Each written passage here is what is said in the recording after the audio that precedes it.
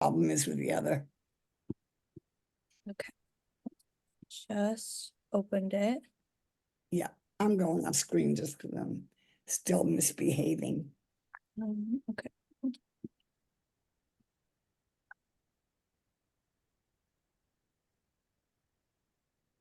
Okay, I see Laura. I'm going to promote her to a panelist. Yeah, exactly. And Lisa, we won't see everybody else popping up because they're not on the panelist.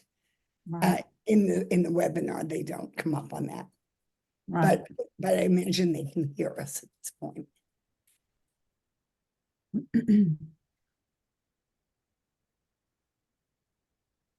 Hi, it's Laura. It says I can't start my video because the host just stopped it. Amanda is trying to move you into the. Sorry, I was muted. I didn't realize that. I just made you a co-host. Yeah. Okay. S.I.L.V.E.R, if you want to get us going. All right. Well, hopefully some others will join us as we get on with the show, so to speak. But good afternoon, everybody. Welcome to Ask Me Anything about supporting individuals to live as vibrant elders in recovery, or as we lovingly refer to it as S.I.L.V.E.R with our acronyms. With our outstanding panel of experts, Dr. Laura Leone, Lynn Legere, and Karen Gross, and we are excited to have them on here today. My name is Lisa Christinak, and I'll be your moderator. And today kind of started out a little rough, but that's okay. That's usually that's when great things happen, when we don't start out too good, right? We all have that at lived experience. And Amanda Lowe will be our wonderful tech support, which she does amazing work. So thank you, Amanda, for being with us today. Thank you. Welcome. So today's event is funded by S.I.L.V.E.R. And if you didn't know what that means, it's the National Institute on Disability, Independent Living, and Rehabilitation Research. This webinar, as I'm going to remind you, is not a presentation, but rather an interactive question and answer period. So you get to be a part of the show. You are the main attraction today. It's asking those questions that you need in your life, in your work, in your community. You've got the folks here today that can give you some great, not just wisdom, but lived experience around all of it. And so we're hoping that you can take something away today that can make things a little bit easier or better, or just get the education you need to start digging in deeper about this subject. The next hour, our panelists will respond to questions that you have related to the topic. And our topic is forging a resilient alliance to promote connectedness among older adults with a psychiatric disability. Our panelists have professional and/or personal experience with this topic. So for today, I'm going to introduce the panelists and give them a moment to expand some on our topic. Then we will take questions. Please put your questions in the chat. You can address them to the individual panelist or to the panelist, all of them as a whole. So if we're ready, let's get started, and welcome. So we're going to start with our first panelist. I'm going to give a brief introduction of each and give them a chance to kind of talk a minute about what our subject's about. So our first panelist is our expert on the aging subject matter. We have Dr. Laura Leone. She is a consultant for the National Council for Mental Wellness. She has worked in the behavioral and integrated health field, providing organizational leadership and direct services across the lifespan, including for older adults. Having published, trained, and consulted nationally, Dr. Leone has extensive subject matter expertise in health and wellness, including in aging and mental health challenges. So Dr. Leone, please take center stage and share your opening thoughts with us. Thank you so much for that warm introduction. And hello, everyone. So excited to be here with all of you. Connecting, right? We're talking about connectedness. And this is one way that we are all connecting across the world. We have people here from the UK. It's so exciting. So thank you for being here. To talk about connectedness, that sense of belonging, to be joined with people regardless of physical location, is to, I think, also talk about the opposite, which is loneliness. And loneliness, which sometimes can be confused with social isolation, can be two different things. So social isolation, just to kind of level set for a minute here, is the near absence or absence of being in physical proximity to another person. And in that absence of social interaction and social support structures, people can feel loneliness. Loneliness is something separate and different. It's definitely not the same thing. It is the possible response to isolation. But loneliness is really defined as a complex and unpleasant feeling of being empty, alone, lacking that belongingness, feeling unwanted, and craving human contact or that human connection, the connectedness aspect. And really, it is a subjective experience. And people feel loneliness, of course, sometimes when they're socially isolated, but often they could be surrounded by people and still feel a sense of loneliness. And so today, talking about connectedness is a part of that conversation, is really addressing ongoing, pervasive, or persistent loneliness. We know that loneliness is as bad for you as actually smoking 15 cigarettes a day. It's actually worse for humans than obesity. There are so many health risks that are associated. And then when you think about our individuals living with mental challenges, and already experiencing other problems, it really can exacerbate their health conditions overall, as well as shorten their lifespan. We know that there's lots of, unfortunately, negative consequences associated with a lack of connectedness. So part of the conversation today, and I'll very quickly turn it over to Lynn and Karen to also introduce themselves and talk a little bit more about that connection. Some of the sort of general thoughts and experiences are on how do we help build resiliency. And resiliency really can be about skills that we help people hone, build, and achieve and continue. And ways that we can enhance our protective factors, or ways that we mitigate or lower that risk of ongoing loneliness, and how we can enhance connection through building those skills through things like volunteering and co-housing, self-compassion building, being able to think about even just how we regulate our emotional states. So there's lots of different ways that we can do that, and hopefully we'll get into some of those soon. I'll turn it back over to you, Lisa. Thank you, Laura. That was beautiful. Thank you. So let's go to our next panelist. This is Lynn Legere. She comes to share with us as a person with lived experience. So according to Lynn, she has lived a life in many chapters, and I have to agree. Those of us that know Lynn know that is so true. Her book would be 40 inches thick, including living as a mental patient and building a life in recovery. Now at 70, she is in a new chapter, navigating life that in part includes consequences of the past and recovery tools to thrive. So Miss Lynn, if you'll take center stage and share your opening thoughts with us. I'd be glad to. Thank you. And thank you, Laura, as well. Some really thoughtful, meaningful words. That's what the center's work is all about, and what we're hoping to be doing with a lot of y'all out in the community. So I am very pleased to be here. As Lisa said in my bio, as a 70-year-old woman navigating this chapter of my life. And as a person who lived from 18 to 47 with the identity of a mental patient and experiencing utter devastating loneliness over those years, I see myself now, luckily, almost living life in reverse, in that it was terrible at the beginning, and now it's getting better.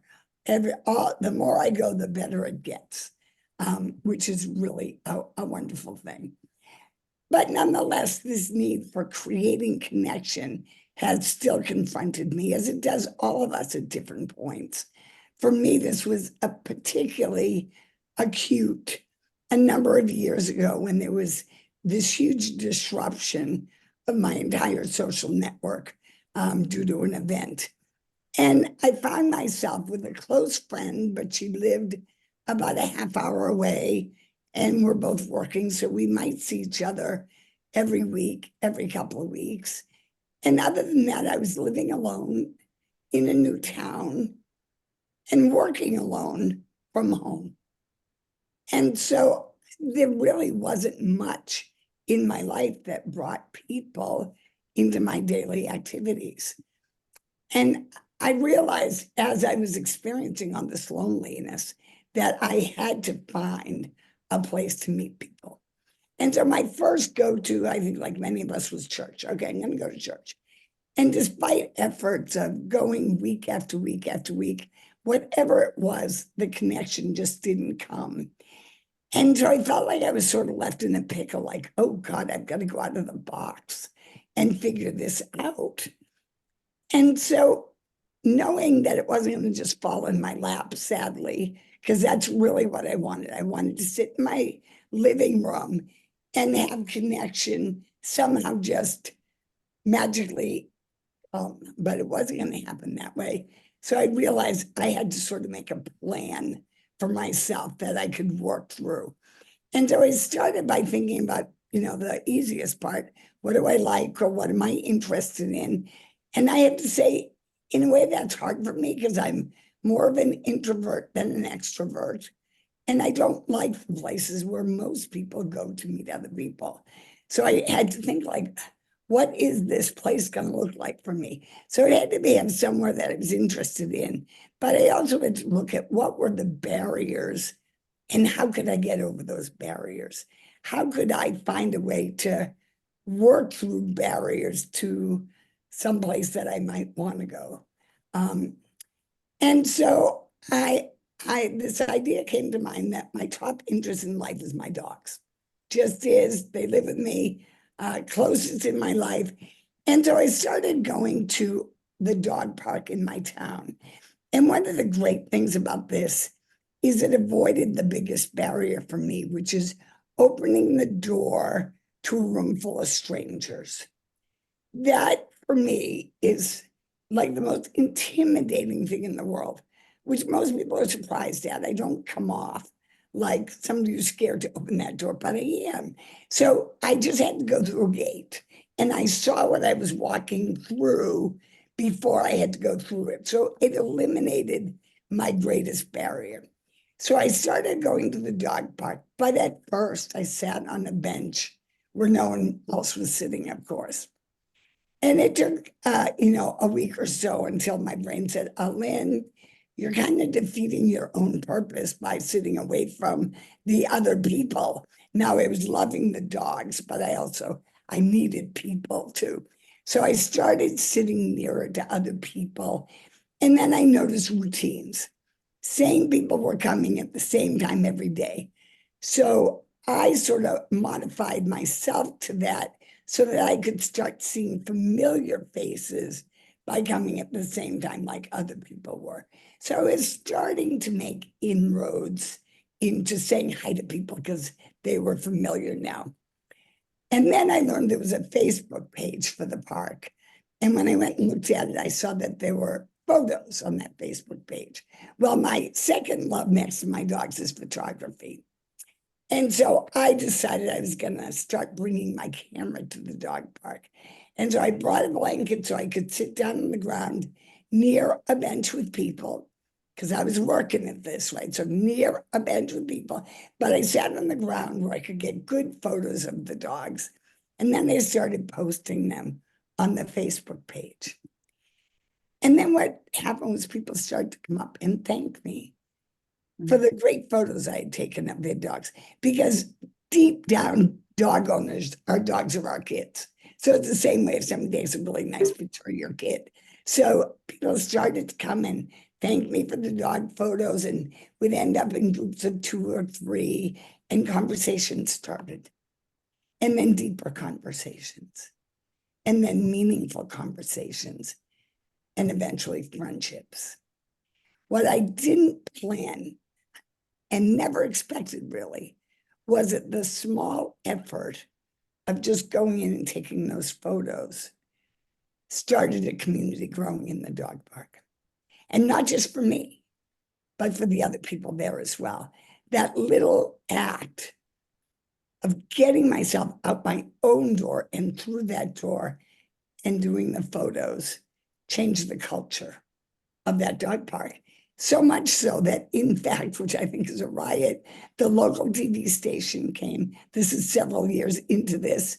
And they did a story about it for the local TV. I got the CNN Hero Award for doing this. And I have a plaque now on one of the benches that says, dedicated to Lynn Legere, the mayor of the dog park.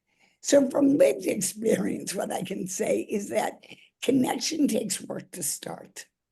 It's sort of like if you want to grow a plant, you got to go out and do the work of digging that hole and putting the seed into it.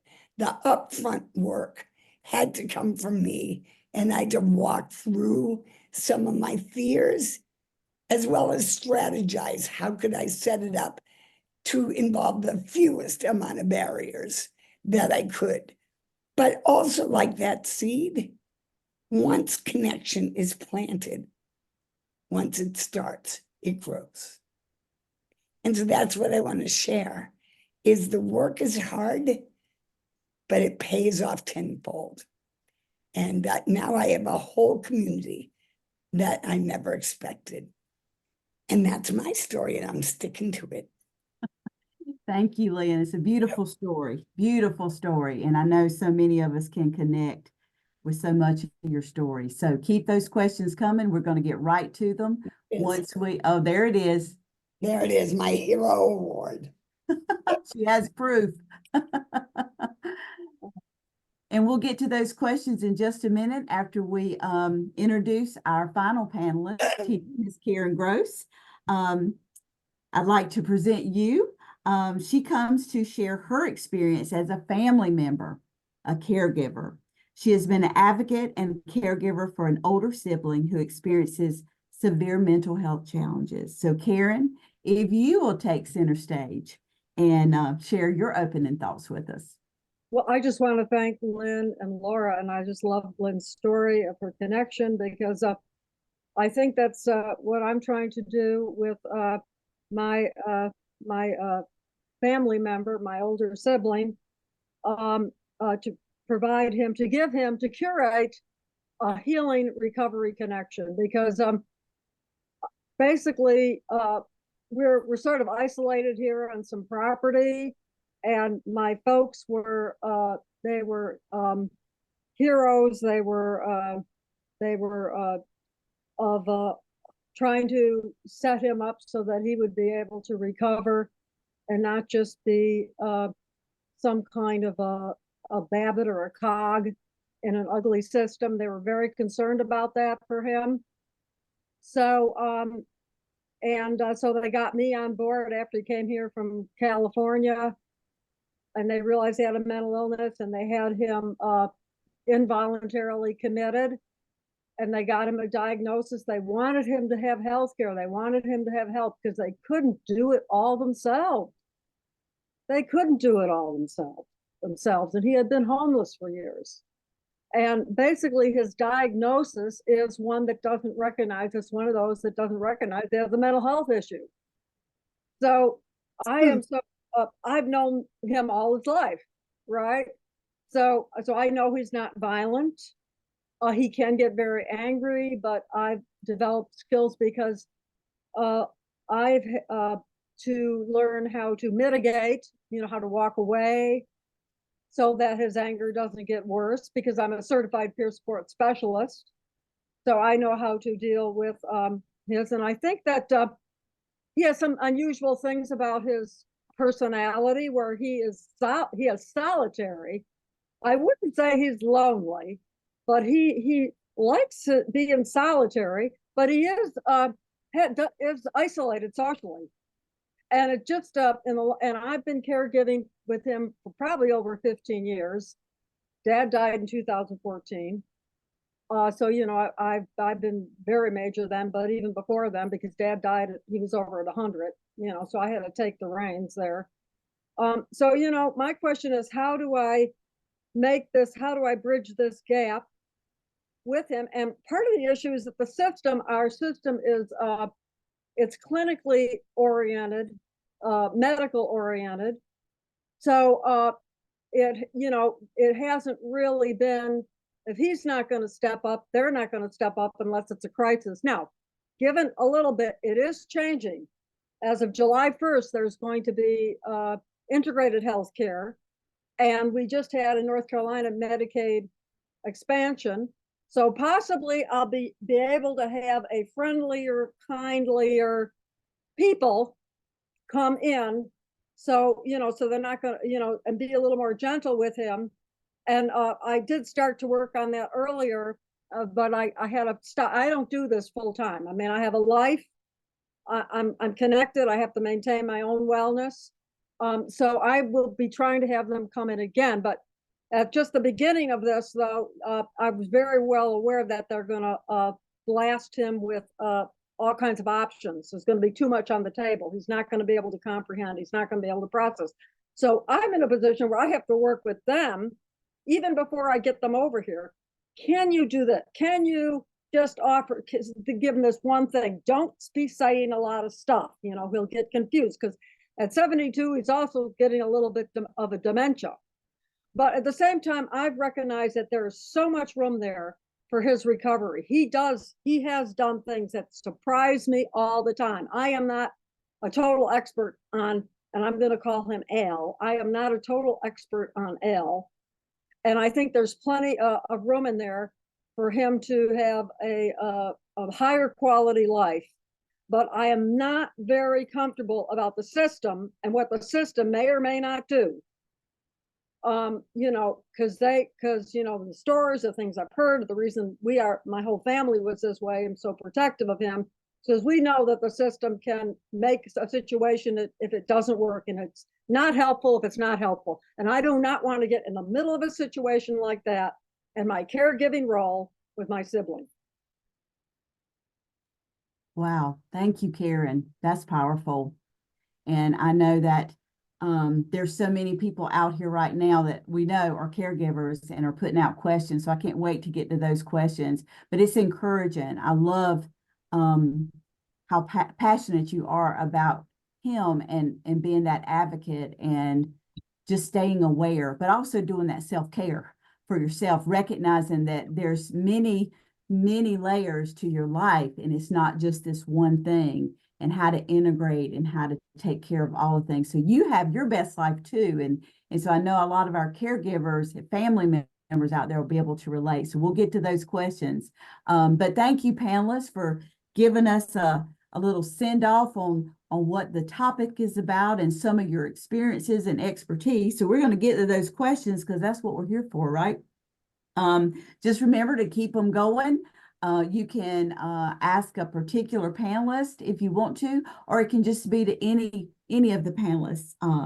We also had put out there before with the registration that you could pre-submit questions, and we got some of those as well. And I want to make sure that that we get to those too. So, but let's get started with the questions. And so I'm just going to start at the first one. And Amanda, if you see that I have skipped any, please shoot me a message, because we have quite a few questions coming on board, and I'm not surprised. So we do have a question here, and it says, have you found enough or a dearth of social support, connections, resources for people who are more homebound? Something like turn a frown upside down. I know different areas will have different resources and availability, but curious about your experience around that. So this could be for any of you guys. So I know that every state, has an organizational level of like the councils of aging and AAA, which I forget what that stands for. But again, it's a aging resource support kind of structure. And beyond that, it varies widely, not just state to state, but also community to community. If you're in a more rural community, chances are you have much less access to resources than if you're in an urban area. And I think what's hard is knowing even how to find out what the resources are in your area. And I think that's where either your council of aging or your AAA center might be a starting point to find out what else is in your area that's sort of on the map. I think there are other activities or centers or programs that may be run that aren't even sort of on the map of the state program. So sometimes it's also word of mouth, sadly, to find out what's around. I don't know if other people have more to add to that. I would just piggyback off of what you're saying, Lynn, that, depending on the area and especially more rural or frontier communities, there are more concerns around what resources exist. So in a very short answer, I would say, no, there are not enough that exist. But to your other point, Lynn, I think there are great programs out there that need to be kind of utilized more frequently as well. So, and really thinking about how do we engage in alternative ways of connection? So more and more we are seeing the use of technology. We're seeing the use of connection through the virtual space, like we are all here today.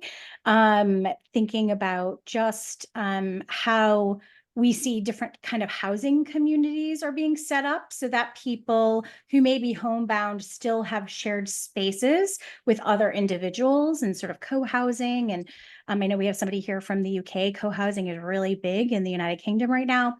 So really thinking about just the ways that we push in to our homebound individuals has also, we're seeing really great work across the nation and across the world, but more of it is needed for sure. And I guess I'll just add a little bit because Laura and Lynn are talking about alternative ways of connecting. I'm very involved with the community inclusion, and that's a concept out of Temple University. Basically, it puts the onus on the community to be more accepting. You know what? Al is not going to be a rubber stamp of someone else, or he's not going to be in a silo with other silos. He's totally unique. Okay? Totally unique. Now, with all the stigma out there, he could be in danger at any time because he looks different, and people they have their rights violated all the time, where they get thrown in jail, and they're not criminals, but they have a mental illness, and this is something we didn't want to happen to him, because of stigma. So this concept, I like this concept of community inclusion. I've actually done a few grants on it with the North Carolina Department of Health and Human Services and SAMHSA, where you get the community, you pressure and push the community to be more accepting of different people. So you're not pathologizing everyone that is just so different from you. They're not sick. It's just that they're different colors of the rainbow, and let's bring them in. Let's not isolate them. Let's not stigmatize them. Thank you, guys. Thank you, Karen. Thank you, Laura and Lynn. That was great. Thank you. Keep those questions coming. And if you guys out there that are watching have a particular resource, or an experience around anything that's being asked, just throw it in the chat because everybody's watching it. We're not the total experts out there. You may have something that you want to share about that in the chats with someone. So we appreciate it. And I just want to add one other thing on this is Karen's talking about the stigma a lot of the prejudice and the discrimination that people may experience. And the work that we're trying to do at BU is dealing with folks who are getting older, who have had lifelong mental health. And so we're really talking about ageism as well as mental health discrimination and the interplay of those. There's a lot of efforts going around to have age-friendly communities, right? And it's talking about the physical environment and stuff that make it more usable by folks who are older. But underlying that for the folks that we're really trying to support is still that ongoing biggest of all stigmas, which is the mental health stigma. And so how do we help folks who are aging to also be overriding that? So we've got those two things. And how do we make life better and more accessible and more vibrant for people who may be having both of those coming on top of each other? Yeah, thank you. We do have someone, Beth, who is experiencing some housing things, and she has been living with a relative for a long, long time. But her question, I think, is I'd like to put it out there to you panelists.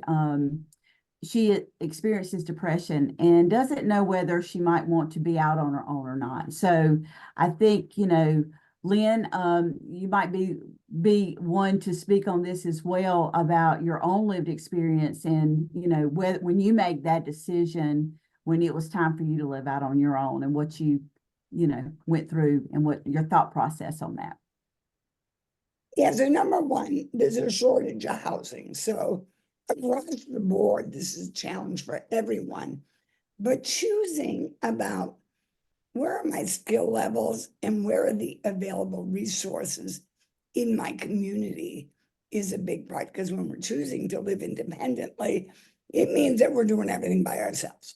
That means, you know, a lot of times you have to carry the groceries, you have to do all these things. So I think the biggest thing is knowing what your capacities are and what you expect them to be. You know, I know it's a guessing game, but what you would anticipate they'd be over the next few years as part of that decision-making process of living totally by yourself, living with a roommate who's not family member versus living with family. I have a good friend, I tell her all the time, I'm gonna buy one of those tiny homes and park it in her backyard because that gives me the independence that I thrive on. I just get overwhelmed with people, but also the comfort of knowing that the support nearby.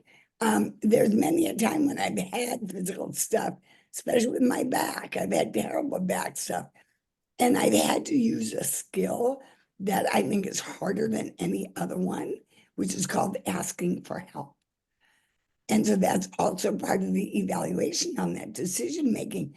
Can I ask for help? Because if we live by ourselves, you gotta do it. And it's so hard. So I think that answered the question. If I missed a piece, either Lisa or Amanda, let me know if there was another piece in there. But that's what I think about when I'm making that decision. What makes the most sense for who I am, where my strengths are, and you know, the places that I just really suck at, because that has to be on the table as I'm making that decision. Absolutely. Absolutely. Thank you, Lynn. Thank you.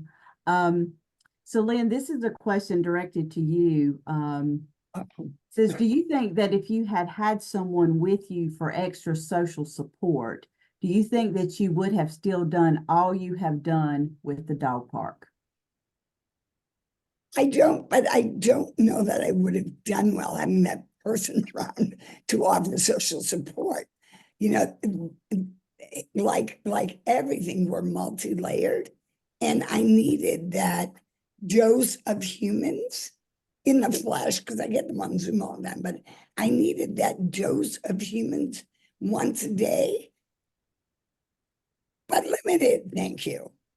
You know, I choose to live alone because I get overwhelmed. My radar is always going unless I'm alone. So ironically, I think for some people, having that somebody coming by for that social support would work well. For others, not.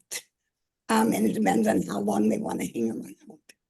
You know, because I only need a small dose. I don't need big doses. My sister, on the other hand, cannot stay by herself for more than 10 minutes.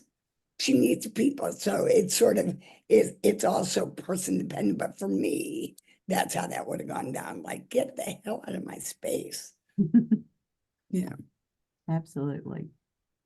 Thank you, Lynn. Yeah. Dr. Laura, I have a question for you. Some people have compared loneliness to trauma. Is there anything you could share about that? Yeah, sure. So what's really interesting about what happens to our brain and our body with loneliness is that our body and our brain processes that as just the same way we process a traumatic event, adverse events, even chronic or toxic stress. Our brain reacts the same way. For years and years, and I mean years, our ancestors, like caveman era, were hunters and gatherers. They realized that their protection, their safety was with and among being with people. And that sort of got ingrained into our bodies and the way that we function. And so when we are not regularly with people or connected to people, even if it's not in physical proximity, we actually sense, our brain is sensing that as a safety concern. And in microseconds, our brain is constantly, and it's actually happening in sort of the lower part of our brain and our brainstem, is constantly assessing whether or not we're safe. And safety isn't just about physical safety. It's psychological or emotional safety. It's moral safety, intellectual safety. Like there's many kinds of safety. But when we are consistently lonely, and I'm not talking about fleeting loneliness, but that consistent lack of connectedness, that consistent feeling of loneliness, whether we have people surrounding us or not, our brain is actually interpreting that as the same way as a trauma. And we actually go into a fight, flight, or freeze response mode. For any of you that might remember this from like high school biology, right? You know, we are sort of programmed, innately programmed to either fight, and this might be a sense of defensiveness, and might not actually be physical fighting, or fleeing, which might also mean kind of stopping or being numb or running away or distracting, or freezing and kind of shutting down. And this response mode, we get stuck in this response mode when we are experiencing that pieces of loneliness. And so then our brain, meanwhile, and when we're stuck in our lower brain, it's not optimally using and moving on to our other levels of our brain. Our middle of our brain is our limbic system. It helps with memory and memory making and connecting emotionally. The higher level of our brain, our cortex, our prefrontal cortex, is sort of about executive functioning, reasoning, learning, processing. We can't learn or process. We can't function at our best. And we can't kind of connect it, like our memories are not functioning the best way they can be, and our feelings are not being expressed in the best way if we are stuck in an area of not feeling safe. And that is actually what's happening for people when this is occurring. And that actually leads to a whole host of other concerns, which is that other things are happening in our body. We are increasing cortisol levels, we're increasing adrenaline levels.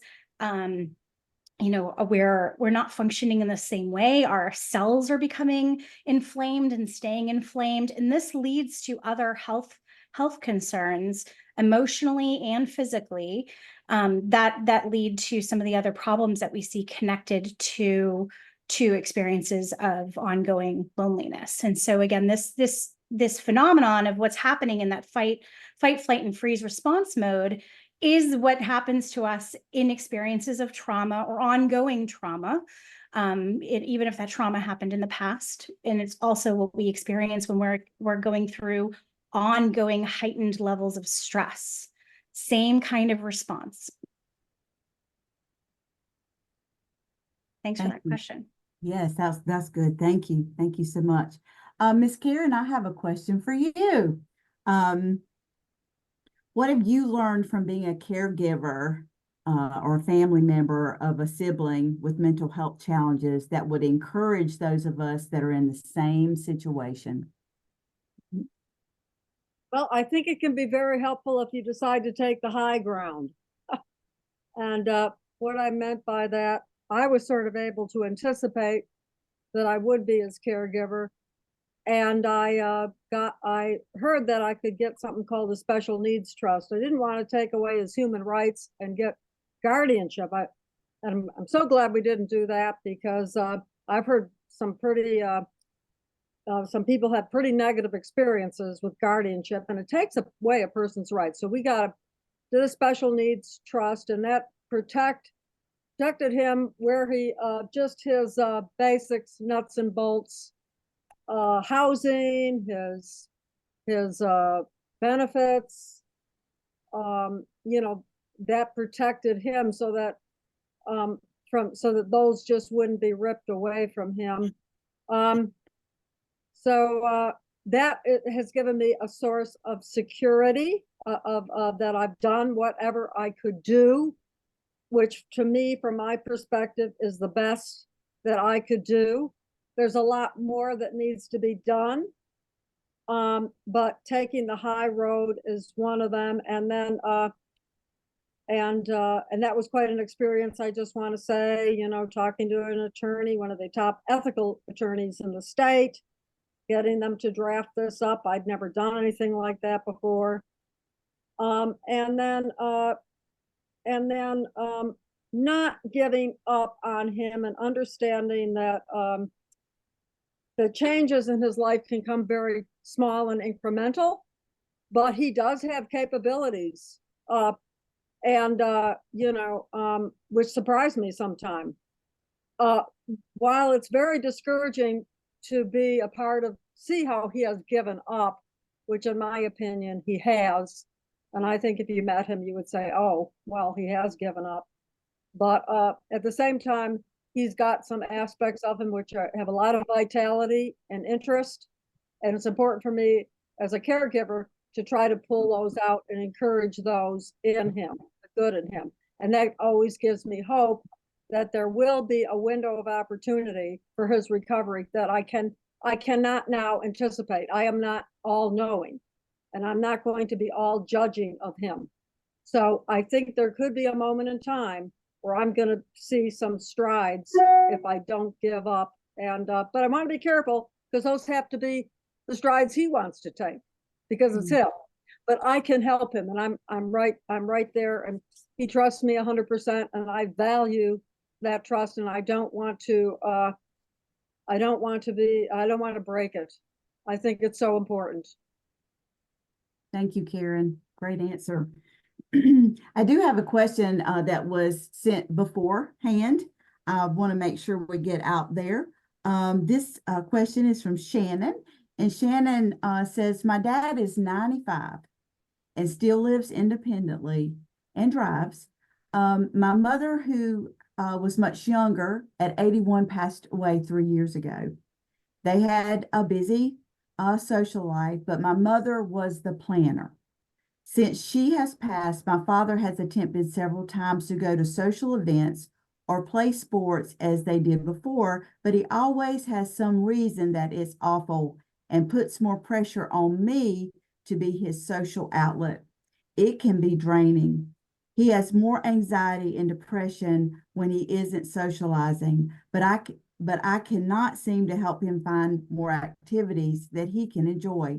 How can I support him to find new activities and also keep my self-care at a pace of wellness? That's a biggie. Mm-hmm. I have a suggestion. You know, there's the senior center. It's here in my area. It's the Council on Aging. You could have volunteers come in and visit with them.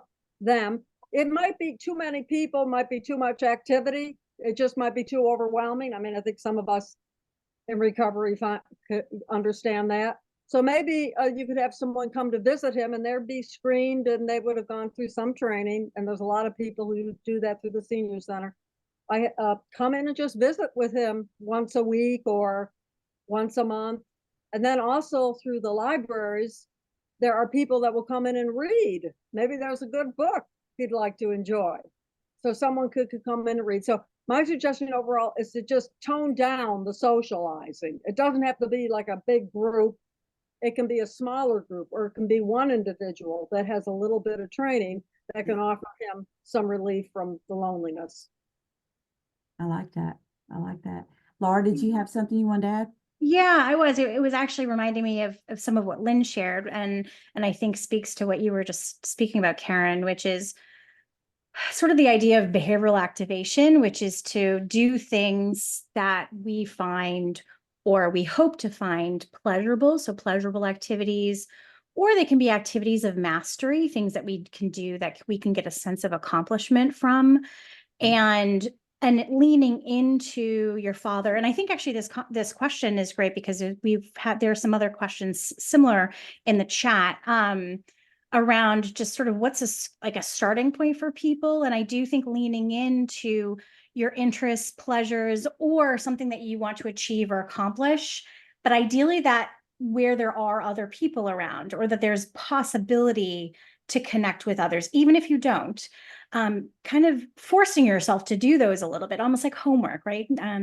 Putting yourself out there. Lynn did that with walking the dog. The dog had to get walked, like she loves her dog, being able to go to the dog park and then sitting there. And maybe Lynn, you didn't feel like sitting there that first time or really being with people, right? But kind of making homework for yourself to do that and to be in that space, leaning into the love for photography. So with this question, really thinking about, what does your father love to do? What might he want to try to do? Less about the intensity of being around the other people. Don't focus on what's like internal to him of interest or of want. And then hopefully it's something that can connect, and that there might be people around that with like-minded or other similar interests, there's a potential for building connection that way. And I want to add on, and this again from the current question, and then some of the others that have come up. As a supporter, it's always hard because we put ourselves in our own space into other people. So why isn't he activating this himself? Why isn't he saying he wants to go do all of this stuff of what we project on people that we would want to do if we were in their situation? And so as a supporter, I think there's two sides of the same coin. One side is just listening, and this goes to what Laura was saying. What's interesting to you? What kind of things would you like to do? And then really hear it. And then stop. That's the other side of not you should, why don't you, all that stuff. Just accept that if they're not doing it, maybe it's because they don't want to. Maybe it's as simple as that. They're not going someplace on their own because they don't want to go. And that's the listening again, saying, is this something I'm noticing you're not going? Is it something that you're not interested in? Or Karen, I think of this with your brother so often, is he really lonely because he spends a lot of time alone? Or is that something he actually prefers to do, and having that conversation, right? Because as a supporter, knowing where those lines are between support and pressure, it can be really wobbly lines, right? It's hard to know when I'm supporting someone. How do I know how to support them, but not be pushing my own agenda on them of what they should want, what they should be doing, what's good for them, and giving them that autonomy, maybe just to say, I don't know. Say, okay, well, maybe we'll explore and experiment and find out. That's okay. You don't have to know. But giving the person really room to explore their wants and needs, rather than thinking that just because we would want and need something in that situation, that's what they want and need too, right? So it's hard enough to figure ourselves out, but then being supportive of someone else just ups the ante of challenge that goes with it, right? So, Like and, to oh, found- go ahead, Pam. expound on my experience of that. I think it's such a great topic, and you made so many good points, both of you.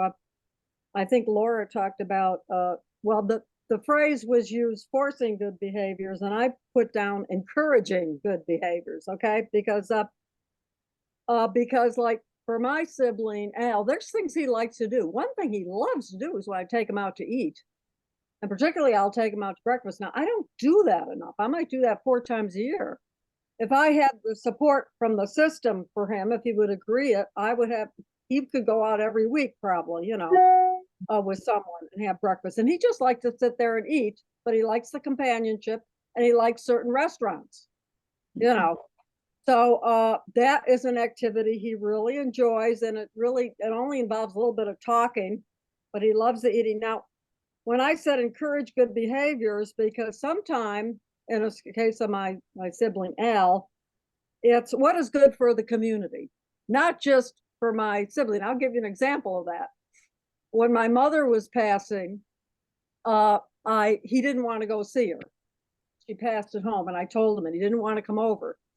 And so we would just continue to go into town once a week for his town run. And then I realized, because I was grieving, I realized he's not bringing his garbage over. He had stopped bringing his garbage. So I went over to look, and here I found just about all of his cabin had been thrown out in the back of the house down the ravine. I was absolutely horrified. And I had to, I called someone on the phone. I said, what's going on? And the person said it was a counselor, and said, well, different people have different ways of grieving. So what I had to try to do, and this was very simple. First of all, I wanted to get all that cleaned up. That was number one, and that became a big thing. But number two, I wanted to get him to change his behavior. I wanted to get him to bring his sacked garbage over to the car so we could take it to the dump before we went into the town. And I had to really work on him with that. I mean, little by little, you got it. And I say, bring your garbage. We'd be ready to go get your garbage. I really, really had to work on him to do that. And by golly, I did succeed. And so, because I did it with a lot of persistence, but a lot of kindness. And I didn't, but he can be very, very stubborn. And determined. So that is very frustrating part of the caregiving that I have with him. Get this thing in his head, and he's not going to change it. And there's a bunch of stuff like that. And I'd really like some help with that, because some of that, as in the case of the garbage, can become extremely dysfunctional. And that's not just his dysfunction. It becomes a problem for let's say the community, because you have to deal with it. Thank you, Karen. And I do want to say, yeah, when I was talking about forcing, it's maybe forcing oneself, but it's never about forcing another person. Yeah, for sure. Karen, good call out we want to encourage others and be there and supportive, but it's definitely not about force, because force is met with defensiveness and more force. Absolutely. And just recognizing that was some grief, that behavior was a cry, sort of what the loss he was feeling. And I'm glad that you were able to get that information, because you may not ever thought about that, because you were in your own, right? So I think that was great stuff there. Absolutely. Wow, we're getting to the close. I know we've had a lot going on in the chat, and you guys have been great about putting resources out there for others that have asked for them or things that you've used, we will send those out. Once this is over, we'll collect all of those and we will send it out to you guys. So if there was something that you didn't see or didn't get quite jotted down, we will do that because I know a lot was coming out. Any questions that I missed? It seemed like there was a lot going on in the chats with each other, and I tried to catch them all. Laura did a great job of kind of taking a few that she saw and go ahead and put it out there. But I tried to answer a few too. Yeah. There's Great a lot. questions. Yeah, there's a lot. I guess, Lynn, the only question that came to us, I want to make sure I get those people that sent beforehand, was talking about the difference, and you even mentioned consequences in your bio. And this question was pertaining to the difference in someone who is just aging versus someone who has had a lifelong mental illness, a struggle, or challenge. So can you just quickly answer that question for us? Yeah, absolutely. I think the struggle with mental health and aging is that, first of all, none of our systems are integrated, and that different things that are going on in our body as we age impact our mental health. And depending on if a person is in recovery or how much exposure they've had to recovery, how much support from a recovering community they have now, really matters as you're going into this aging process, bringing in new systems. You're not leaving, but you're adding on this whole system of care that's not what you're used to, with new people, with new stigmas against you because you have mental illness and you're coming to them for a comorbid thing. And for a lot of us, experiencing things younger than other people might have because of the medication that we were on for years and so forth. And so getting that support around aging ultimately helps us age more gracefully with our mental health challenges, because you got to keep doing the recovery work, but sometimes you got to do it a little stronger now because there's other things coming up. So it just, I think it's a time of wonderful opportunities, especially if we're in recovery, to enjoy life that we may not have ever expected, which is wonderful. And maybe if we're in recovery, we have more tools to deal with some of the aging issues. For people who are still struggling, I think it's much more challenging because now you've got two systems to navigate, two funding sources to try to, it's like double duty now. And so it's more challenging, but I'm hoping that our work and the work that other people are starting to do, that we also will have more supports, tools, resources in place so that it doesn't become double duty, because primary duty is enough, thank you. We don't need to add on and double duty. And I think that's what we'll see over the next coming years. I think there's a real national effort to try to impact this particular group of folks like me who are now getting older but have had lifelong challenges with mental health. And how do we not let that derail graceful aging or vibrant aging? So yeah. Well, Amanda, if you could put up the slide about Laura's training that she's doing. There is going to be another training. I can't remember what it was called, Laura. If you want to, while Amanda's going to put up that slide, and I'm sure Amanda will also send this out in the resources so you guys can have it. So Laura, if you'll take a quick minute to tell us what this is about.